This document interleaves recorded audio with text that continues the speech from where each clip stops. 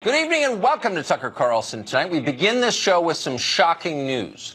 Lying has been detected here in Washington. Mendacity, deceit, duplicitousness, saying things that aren't true. The hair on my arms is going up just telling you about this. But it happened, and we can prove it. Now, to be clear, news anchors didn't do it. News anchors don't lie. They're good people. Neither do professional cable news commentators, the one making millions on the side as lobbyists for foreign governments or big multinational corporations. Commentators always tell the truth. And that's why they and their scrupulously honest news anchor friends are so utterly disgusted tonight, horrified really, by what retired General Michael Flynn has done. Watch their stunned reactions. Michael Flynn lied to the FBI. Flynn lied again and again and again to FBI agents. Just lied. Lies, lies, and more lies. Hold on for just a minute about who's significant and who's not. Flynn lied. The tone should be when you speak to a prosecutor, you speak to the truth. Everybody lied. Michael Flynn was betraying his country. Michael Flynn was betraying his office. He lied, says Don Lemon and his news anchor's friend. Lied, lied, lied. He's a very bad man, a lying kind of man, the worst kind. He could never work in television. For his crime of lying, Michael Flynn, the liar, may soon be locked away in a cell. And that would keep the rest of us safe from his perfidious lies. That day can't come fast enough, say the news anchors. Cuff him! America longs to breathe free once more. Michael Flynn will be 60 years old next week. The Washington Post calculates he faces 5 years in prison. And let that be a warning to all of us. That's what happens to people who lie in Washington. Or does it? From a golf course somewhere in Dubai, you can almost hear Bill Clinton chuckling softly. Lied under oath, still making 300 grand a speech. Not everyone faces the same penalties for lying, it turns out. Mark Zuckerberg came to Washington last spring to talk about Facebook. That's the soul-destroying social media company that has made him a multi-billionaire.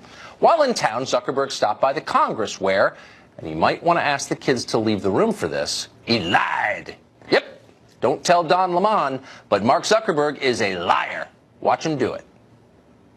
This is the most important principle for Facebook. Every piece of content that you share on Facebook, you own, and you have complete control over who sees it and how you share it, and you can remove it at any time. Are you willing to give me more control over my data? Senator, as someone who uses Facebook, I believe that you should have complete control over your data. Yeah, you have complete control over your data. You control who sees it, you own it. That's really the most important principle at Facebook. Mark Zuckerberg says so with a completely straight face. The only problem, it was a lie. Sorry, kids. According to a piece in the New York Times, Facebook does not actually allow you or anyone else to control your data. Not at all.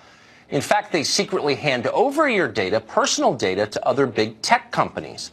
Now, that decision has made Mark Zuckerberg even richer, adding on to the house in Hawaii probably.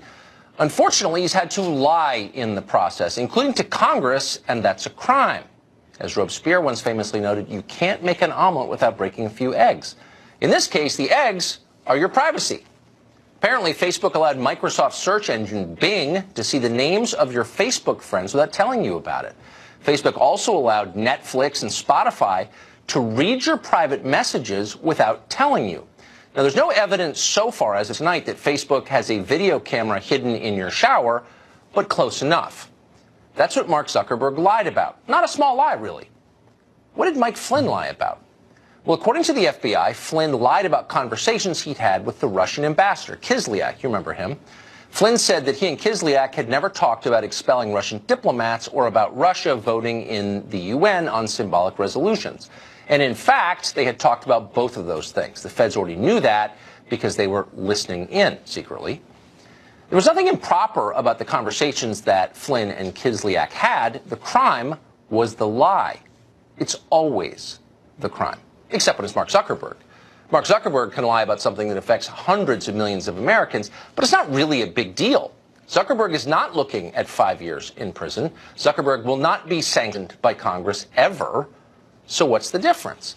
Well, unlike Mike Flynn, Mark Zuckerberg is a hero to the American news media. He's who they want to be. He's richer than God.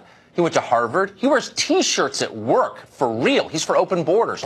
All the cool people like Mark Zuckerberg, even in foreign countries. For example, when the fascist government of China was looking for new tools to repress its own population, you think they went to Mike Flynn for help? Yeah, okay, I don't think so. Flynn is tough on China, old-fashioned as he is, but Mark Zuckerberg, by contrast, was happy to help. As they say at McKinsey, Mark Zuckerberg gets it. And by the way, what has Mike Flynn ever done for anyone? 33 years in uniform? That's not very innovative. 2 lies told by 2 high-profile Americans. One is going to prison in late middle age. The other will be available for like 40 years for commencement addresses and awards dinners held in his honor. That's the tale of Mike Flynn and Mark Zuckerberg. It tells you everything.